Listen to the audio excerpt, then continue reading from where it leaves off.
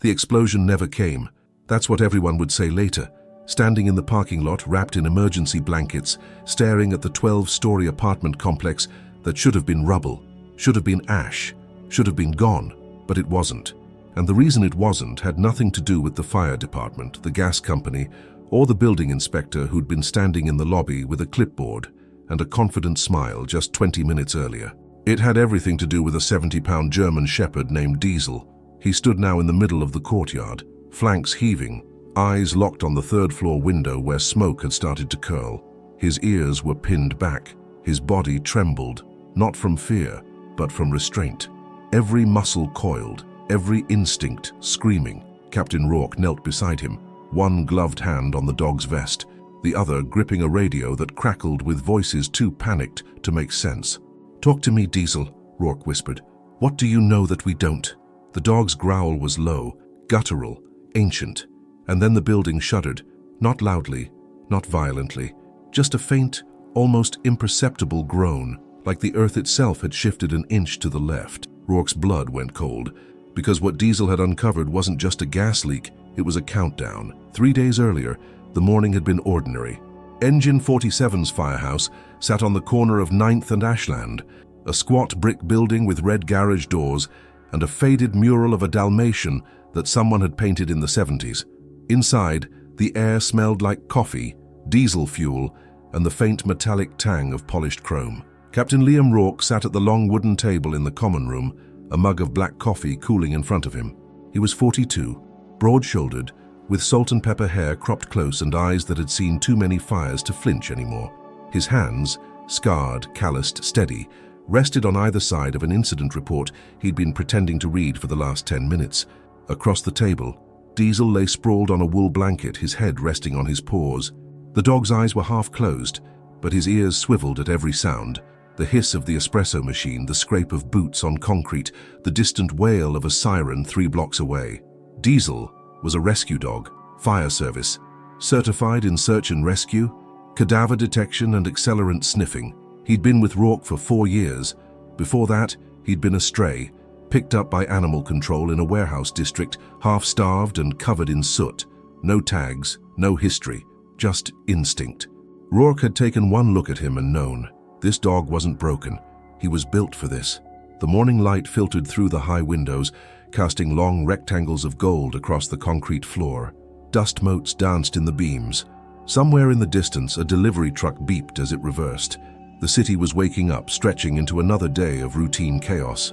Rourke took a sip of his coffee, cold now. He grimaced but drank it anyway. Diesel shifted on his blanket, one ear twitching toward the door. A moment later, footsteps echoed in the hallway. "Morning briefing in 5, called Lieutenant Hayes from the doorway. She was 38, lean and efficient, with dark hair pulled into a tight bun and a clipboard that never left her hand. "We've got a wellness check at the Riverside Apartments. Building manager called it in. Says there's been a smell on the 3rd floor for 2 days. Residents are complaining." Rourke glanced up. "Gas? That's what they're thinking. Company's already been out once.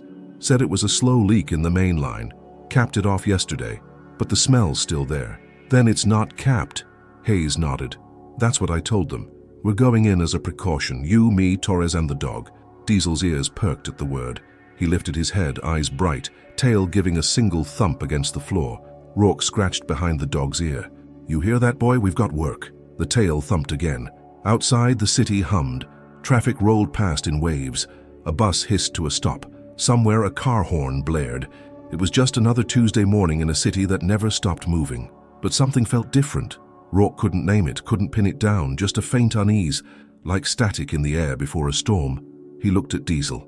The dog was staring at the window, not at anything in particular, just staring, listening.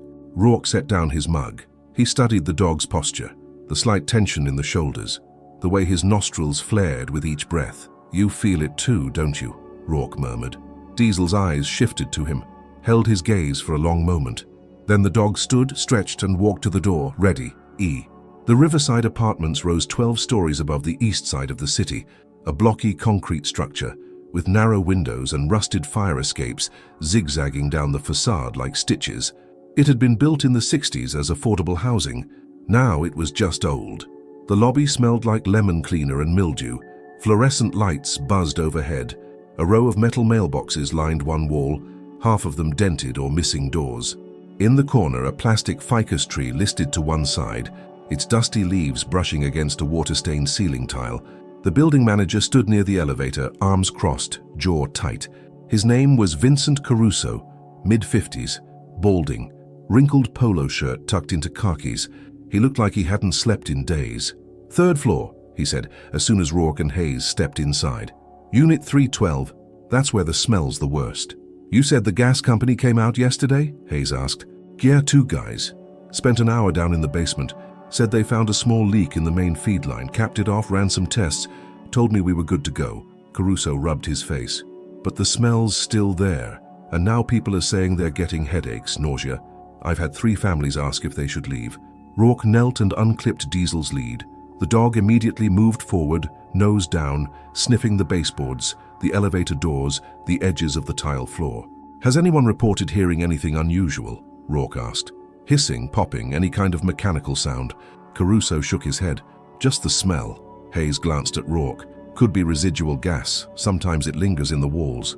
Or it's still leaking," Rourke said quietly. Diesel circled back to him. The dog's body language had shifted. His tail was low. His ears were forward, but not relaxed. He glanced toward the stairwell, then back at Rourke. "What's he doing?" Caruso asked. "He's thinking," Rourke said. They took the stairs. The elevator was old and Rourke didn't trust it, not with the possibility of gas in the building. One spark, from a worn cable, a faulty bulb, anything, and the whole structure could go up. The stairwell was dim. Emergency lighting cast long shadows across peeling paint and cracked concrete. Their footsteps echoed. Diesel moved ahead of them, pausing at each landing, sniffing the air. By the time they reached the 3rd floor, the smell was undeniable. It wasn't the sharp sulfuric odor of natural gas. It was something else. Fainter, sweeter, almost chemical. Hayes frowned. "That's not gas." "No," Rourke agreed. "It's not." Diesel stopped at the door to Unit 312. He sat, his eyes locked on Rourke, the alert. Rourke's pulse kicked up. "Back up," he said to Hayes and Caruso. "Both of you, now." Hayes didn't argue. She moved back down the hall, pulling Caruso with her. Rourke knelt beside Diesel. "What do you smell, boy?" The dog's nose twitched. He leaned closer to the door, sniffing the gap at the bottom, the edges of the frame, the doorknob. Then he growled, low, steady, a warning. Rourke stood. He pressed his ear to the door. Silence. No voices, no movement, just the faint hum of the building's HVAC system and the distant rattle of pipes in the walls. He tried the knob.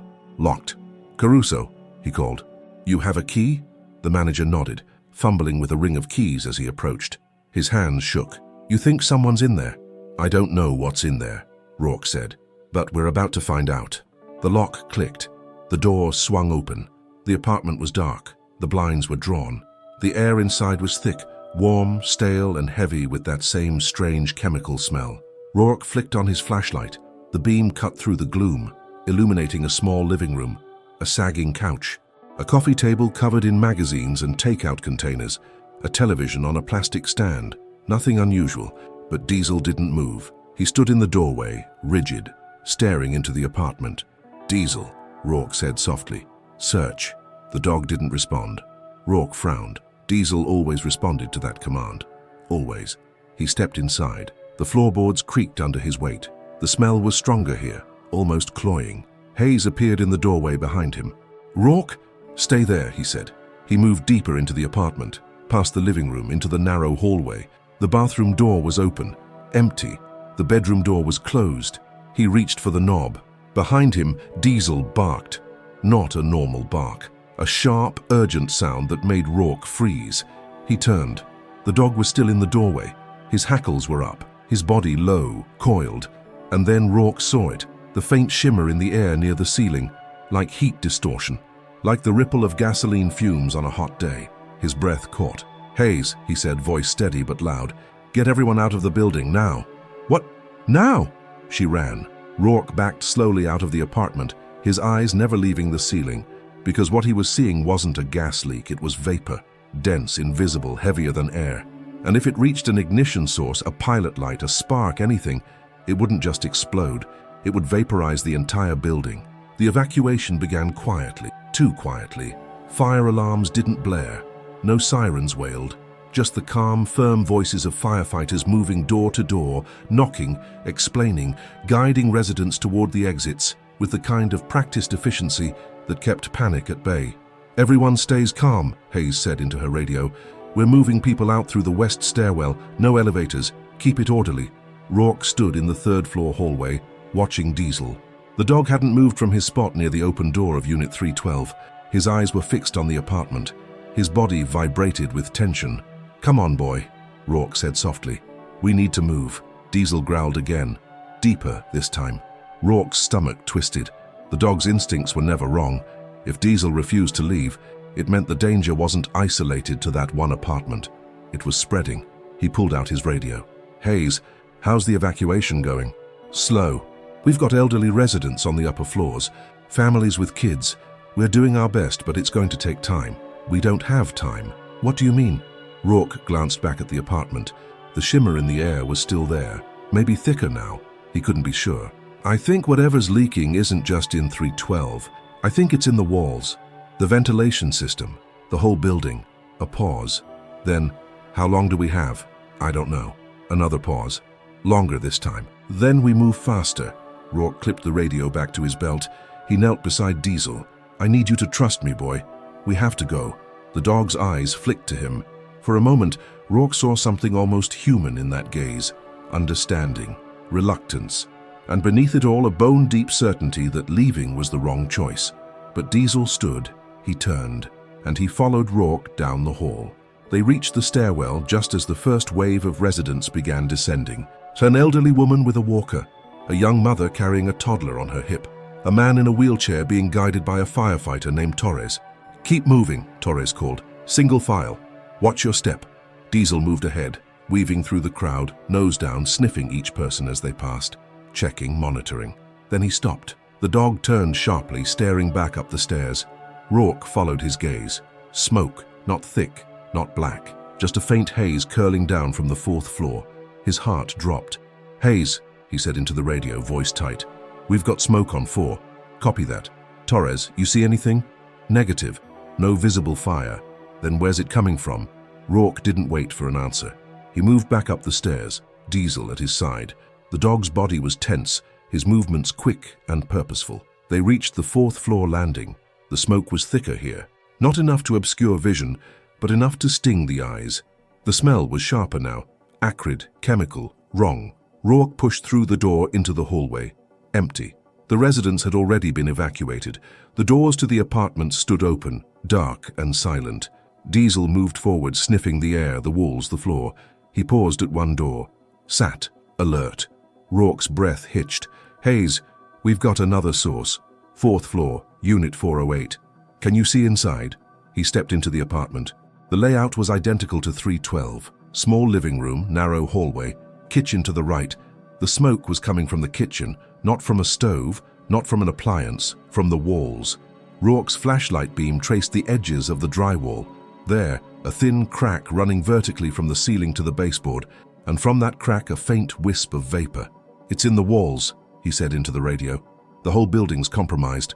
"Copy. We're getting everyone out. ETA on full evacuation is 10 minutes. "We don't have 10 minutes. "Then what do you suggest?" Rourke looked at Diesel. The dog was staring at him, waiting. "We find the source," Rourke said, "and we shut it down." The basement was a maze.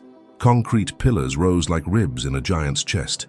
Pipes snaked across the ceiling in tangled webs. The air was cool and damp, carrying the faint smell of rust and old stone. Rourke moved carefully, his flashlight sweeping left and right. Diesel walked ahead, nose low, tail straight. "Talk to me, boy," Rourke murmured. "Where is it?" The dog paused at a junction where 3 pipes converged. His ears swiveled. He sniffed the base of the nearest pipe, then looked up at Rourke. Another alert. Rourke knelt. He ran his hand along the pipe's surface, cold, smooth, but there, at the joint where 2 sections connected, he felt it. A faint vibration, almost imperceptible. He pressed his ear to the metal. A low hum, steady, mechanical. "Hayes," he said into the radio. "I've got something. Main pipe junction in the basement. There's pressure building in the line. How much?" "I don't know, but it's not normal." "Can you relieve it?" Not without knowing what's inside. A long pause. Then, the gas company's on their way. ETA 15 minutes. We don't have 15 minutes. Then what? The pipe groaned, a deep, resonant sound that echoed through the basement like the toll of a bell. Diesel barked. Once. Sharp. Rourke backed away from the pipe. Hayes, we need to evacuate now. Everyone out. We're moving as fast as we can. Faster. He turned, scanning the basement. There had to be a shut-off valve. Every building had one, somewhere near the main feed line, usually marked with a red handle or a bright yellow tag. His flashlight beam swept across the far wall. There, a valve, large, industrial, red handle. He ran. Diesel followed, paws pounding against the concrete. Rourke reached the valve and gripped the handle. It was stiff, rusted. He pulled. Nothing. He braced his feet and pulled harder. The handle shifted, slowly, grudgingly, and then the pipe shrieked. Not a groan. A high-pitched metallic scream that made Rourke's teeth ache. Diesel barked again, louder, more urgent. Rourke kept pulling. The handle turned inch by inch, the metal scraping, grinding, resisting. "Come on," he growled, "come on." The handle locked into place. The shriek stopped. For a moment the basement was silent. Then the lights flickered, once, twice, and the building shuddered. Rourke didn't wait. He grabbed Diesel and ran. They hit the stairs at full speed, boots hammering against concrete, the dog's claws scrabbling for purchase. Behind them the basement groaned again, deeper now, angrier, like a wounded animal. "Hayes!" Rourke shouted into the radio. "Status. Lobby's clear. We've got maybe 40 people left on the upper floors. 2 minutes. You've got 30 seconds. What? Get them out now!" He burst through the basement door into the first-floor hallway. The lights were flickering here too. Emergency lighting casting everything in harsh, stuttering pulses. Diesel stayed close, his body pressed against Rourke's leg. They reached the lobby just as the last group of residents filed out through the front doors. Hayes stood near the entrance, clipboard forgotten, radio in hand. "Torres, confirm head count," she barked. 97 residents accounted for, Torres replied. "Building's clear. Copy, everyone fall back to the perimeter." Rourke grabbed her arm. "We need to go, now." She looked at him, saw the fear in his eyes, and didn't argue. They ran, out through the doors, across the courtyard, past the row of parked cars and the low brick wall that bordered the property. Other firefighters were already there. Residents huddled in clusters, wrapped in blankets, staring back at the building with wide, uncertain eyes. Rourke stopped near the fire engine. He bent over, hands on his knees, chest heaving. Diesel sat beside him. The dog's eyes were still locked on the building. For a moment, nothing happened. The world held its breath. Then the building exhaled. It started on the 3rd floor, a sound like tearing paper. The windows bulged outward, glass fracturing into spider webs. And then the vapor ignited. Not an explosion. Not yet. Just a flash. A brilliant orange-white bloom that filled the interior of the building, backlighting every window, every crack, every seam. The crowd gasped. Rourke straightened. His hand found Diesel's head. "Good boy," he whispered. "Good boy." Because if they'd waited even 30 seconds longer, if Diesel hadn't alerted them, hadn't refused to leave, hadn't guided them to the source, the entire building would have detonated. 112 lives. Gone. But they weren't. Because a dog had known. The gas company arrived 20 minutes later. So did the fire marshal, the building inspector, and a hazmat team in full protective gear. Rourke stood near the perimeter, arms crossed, watching them work. Hayes was beside him, her clipboard back in hand, making notes. "What the hell happened?" she asked quietly. "I don't know," Rourke admitted. "But it wasn't a gas leak. Then what was it?" He shook his head. "That's what we're about to find out." The hazmat team disappeared into the building with meters, sensors, and air quality monitors. 30 minutes later, they emerged. The lead technician pulled off his mask. His face was pale. "You need to see this," he said. Rourke and Hayes followed him into the lobby. The air inside was thick with the smell of burnt plastic and scorched metal. The walls were blackened. The ceiling tiles had melted into grotesque shapes. The technician led them to the basement. The main pipe junction, the one Rourke had found, was split. The metal had ruptured along a welded seam, peeling back like the skin of a fruit. "This isn't natural gas," the technician said. "This is methane, high-concentration methane, and it's been leaking into the building's ventilation system for days." "Methane from where?" Hayes asked. The technician pointed to the floor. to a narrow crack in the concrete foundation. "The sewer line," he said. "There's a breach in the main sewer line directly beneath this building. Raw sewage has been decomposing in a sealed chamber underground. Methane's been building up, and when the pressure got high enough, it forced its way through the foundation and into the building's infrastructure." Rourke stared at the crack. How did the gas company miss this? They were looking for natural gas, not methane, and methane doesn't have the same smell. It's fainter, harder to detect without the right equipment. "But Diesel smelled it," Hayes said quietly. The technician glanced at her. "Your dog?" "Yeah."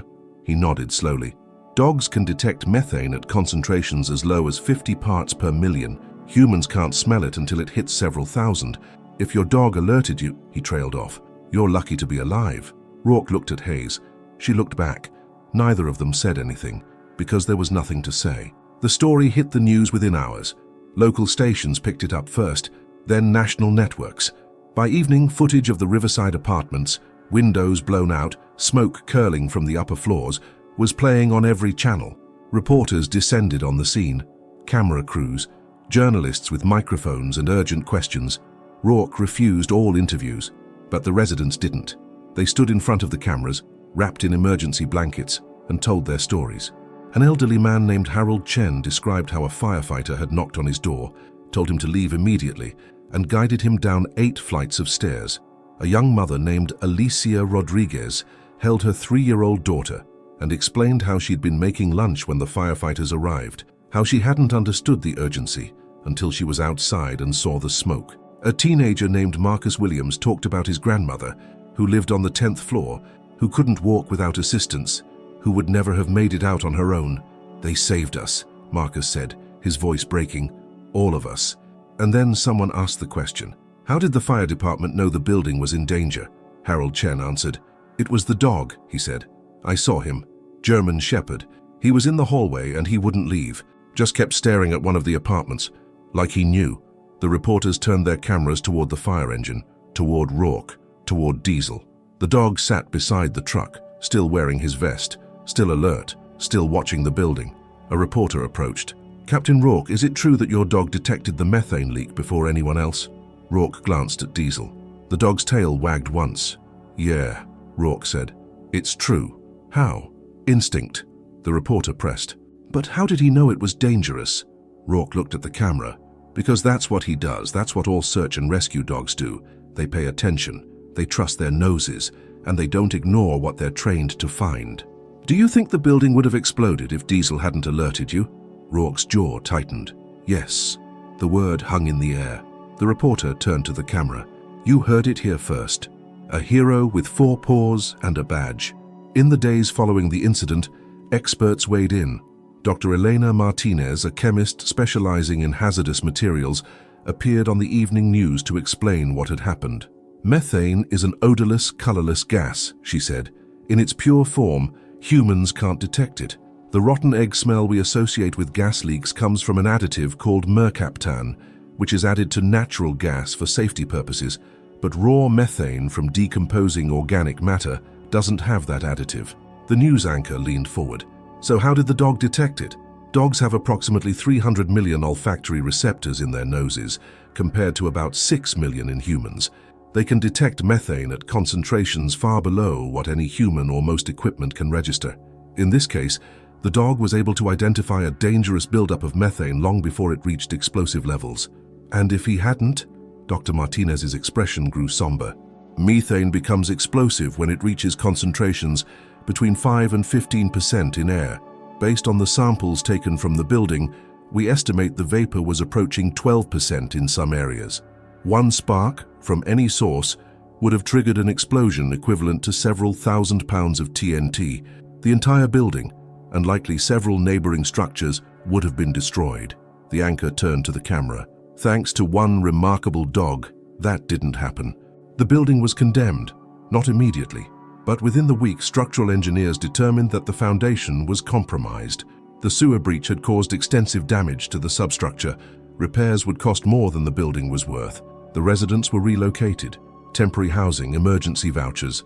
The city scrambled to find space for 112 people. Rourke watched the news coverage from the firehouse common room. Diesel lay at his feet, chin on his paws, eyes half closed.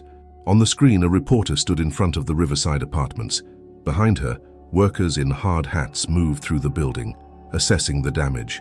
What could have been a catastrophic tragedy was averted thanks to the quick actions of Fire Captain Liam Rourke and his search and rescue dog Diesel, the reporter said.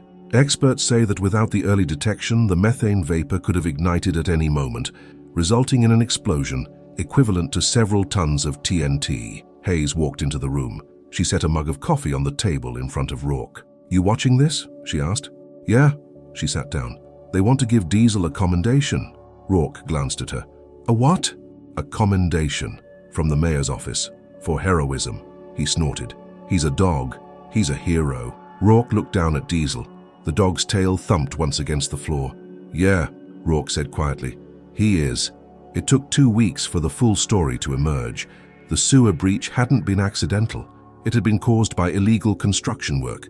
A developer, working on a luxury apartment complex 3 blocks away, had hired a subcontractor to dig a new drainage line. The subcontractor had cut corners, hadn't pulled the right permits, hadn't consulted the city's sewer maps, and in the process, they'd punctured the main sewer line. They'd seen the damage, and instead of reporting it, they'd patched the puncture with concrete and walked away. The concrete hadn't held. Over the course of weeks, the methane had built up in the sealed chamber beneath the Riverside apartments. Pressure had increased.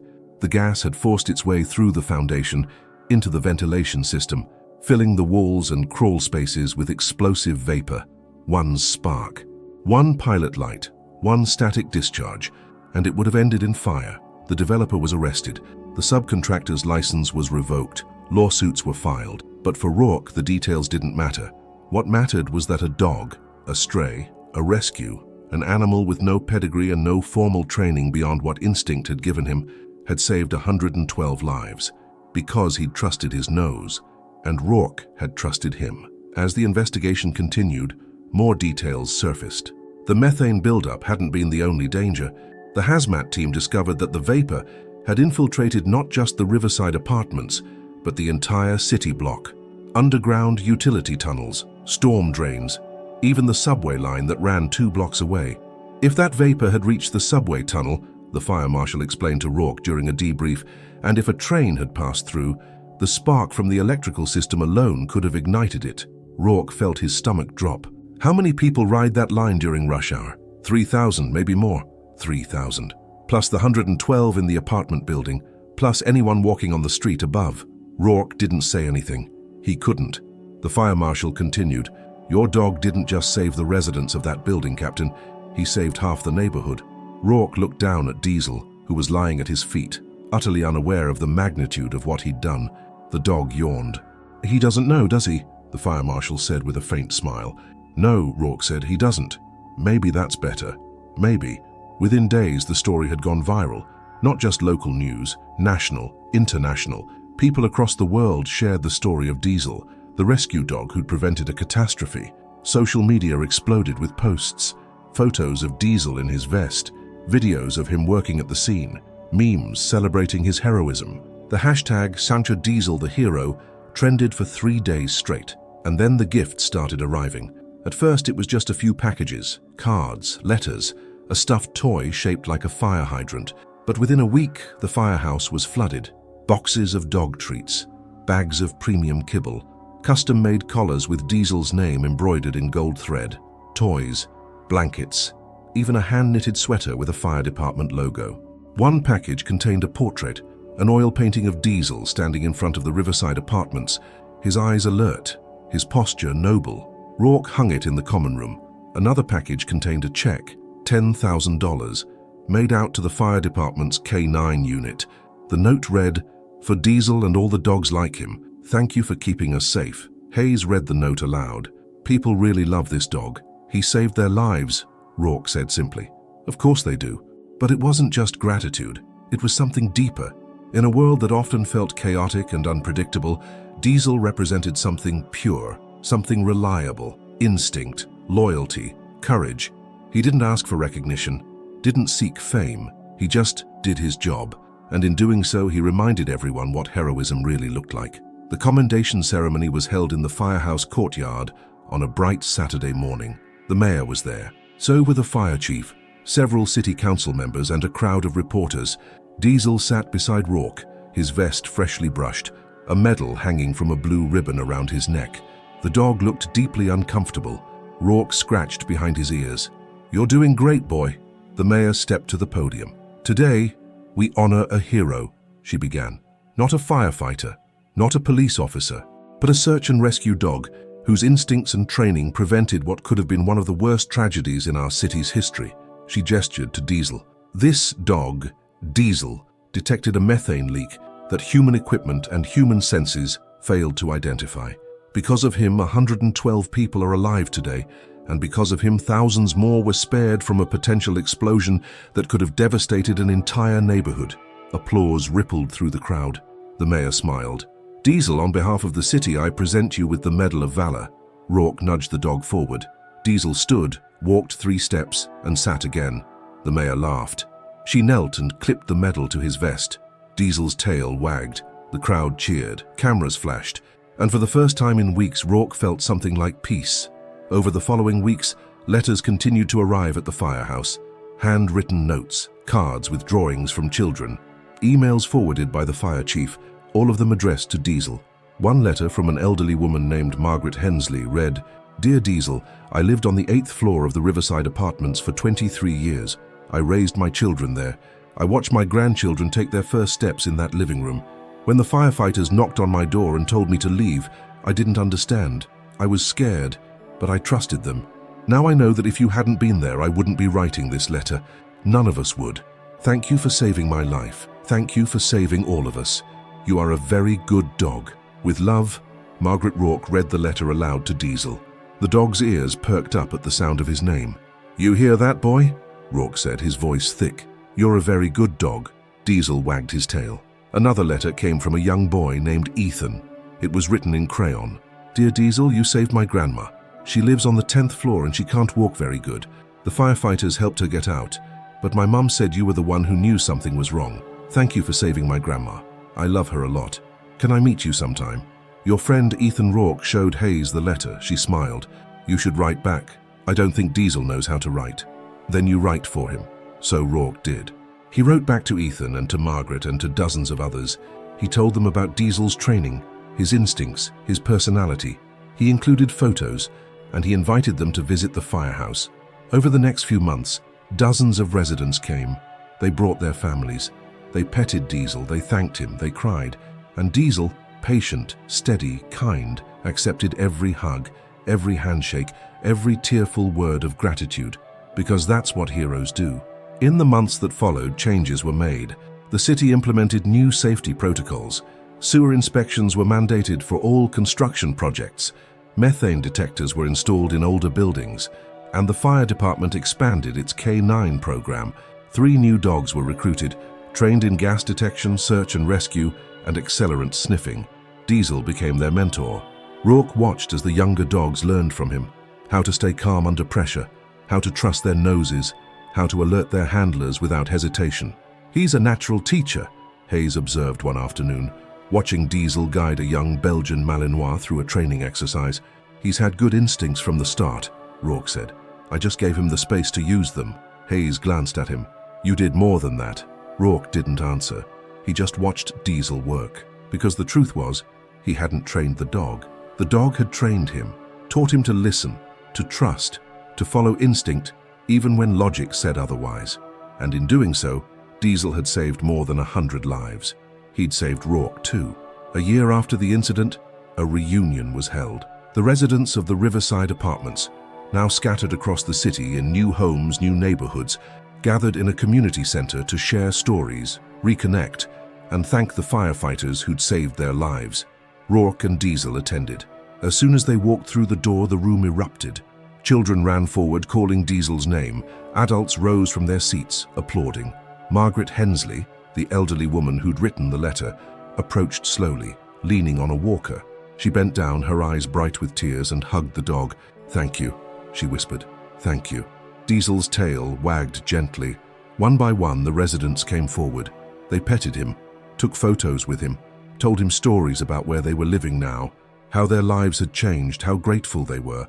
Harold Chen brought his grandson. Alicia Rodriguez brought her daughter. Marcus Williams brought his grandmother, who was now walking with a cane but still walking. Each of them thanked Diesel. Each of them told him he was a hero. And through it all, Diesel sat patiently, calmly, his eyes bright, his tail wagging, because he didn't need recognition, didn't need praise. He'd done his job, and that was enough. Later that evening, back at the firehouse, Rourke sat at the long wooden table with a cup of coffee. Diesel lay at his feet, exhausted but content. Hayes walked in, holding a newspaper. She set it on the table. The headline read, "1 year later, how a rescue dog prevented disaster." Rourke glanced at it. "They're still writing about this?" "It's a good story," Hayes said. "People need good stories." Rourke nodded. He looked down at Diesel. The dog's eyes were closed, his breathing slow and steady. "You know what the craziest part is?" Rourke said quietly. "What?" "If I hadn't gone to the shelter that day, if I hadn't seen him, if I hadn't taken a chance on a stray with no history and no training," he trailed off. Hayes finished the thought. 112 people would be dead." Rourke nodded. "That's not crazy," Hayes said. "That's fate." "You believe in fate?" She smiled. "I believe in instinct, and I believe some dogs are meant to save lives." Rourke reached down and scratched Diesel's head. "Yeah," he said, "some dogs are." Years passed. Diesel grew older.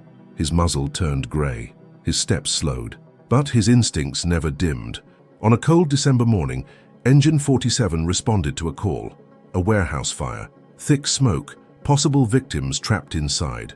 Diesel rode in the truck, his vest snug around his chest, his eyes alert. When they arrived, Rourke clipped the lead and let the dog work. Diesel moved through the smoke with the same precision he'd always had. Nose down, ears forward, focused. He found 2 workers huddled in a back office, overcome by smoke inhalation. Rourke and Torres pulled them out. Both survived. As they loaded the victims into the ambulance, Rourke knelt beside Diesel. The dog was panting, tired, but his tail wagged. "One more save, boy," Rourke said softly. "One more." Diesel licked his hand, and Rourke knew no matter how many years passed, no matter how many calls they responded to, this dog would never stop. Because saving lives wasn't something Diesel had been trained to do. It was who he was. That night, Rourke took Diesel for a walk through the neighborhood. The streets were quiet. Snow had begun to fall, light, delicate flakes that melted on the pavement. They walked past the old Riverside apartment site. The building had been demolished months ago. Now it was just an empty lot, cordoned off with chain-link fencing. A memorial had been erected near the entrance, a bronze plaque mounted on a granite stone. Rourke stopped, read the inscription, "In memory of the Riverside Apartments, and in gratitude to the firefighters and rescue dog who saved 112 lives on this site. May we never forget the courage, instinct, and loyalty that prevented tragedy." Below the words was an image, a dog, alert, noble, watching. Diesel. Rourke felt his throat tighten. He looked down at the real Diesel, who was sniffing the base of the memorial, utterly unaware of his own legend. "You did good, boy," Rourke whispered. "You did real good." The dog looked up at him, tail wagging. And in that moment, Rourke understood something fundamental. Heroism wasn't about medals, or ceremonies, or recognition. It was about showing up, every day, ready to serve. It was about trusting your instincts, even when no one else believed you. It was about doing what needed to be done without asking for anything in return. And sometimes, it came on 4 paws. Diesel retired at age 9. His body was still strong, but his joints had begun to ache. The long hours, the physical demands, they took their toll. Rourke brought him home, to a small house with a fenced yard and a porch where the sun hit in the afternoons. Diesel spent his days lounging in the grass, chasing the occasional squirrel, and sleeping on a cushion by the fireplace. But he still wore his vest sometimes. When Rourke brought it out, the dog would stand a little straighter, his ears would perk, his eyes would brighten. Because once a rescue dog, always a rescue dog. The K9 program continued to grow. More dogs were recruited, more handlers trained, and every new recruit learned Diesel's story. They were shown the video footage from the Riverside Apartments. They read the letters from residents. They studied his techniques. "This is what a good K9 looks like," their instructors would say. "This is what instinct and trust can accomplish." One young handler, a woman named Officer Kim Park, visited Rourke's home with her new dog, a German Shepherd puppy named Scout. "I wanted to meet Diesel," she said. to see the dog who started it all. Rourke invited her in. Diesel was lying on his cushion by the fireplace. When Scout approached, the older dog lifted his head, sniffed, then gently touched noses with the puppy, a passing of the torch. Kim knelt beside them. "Thank you," she said to Diesel, "for everything."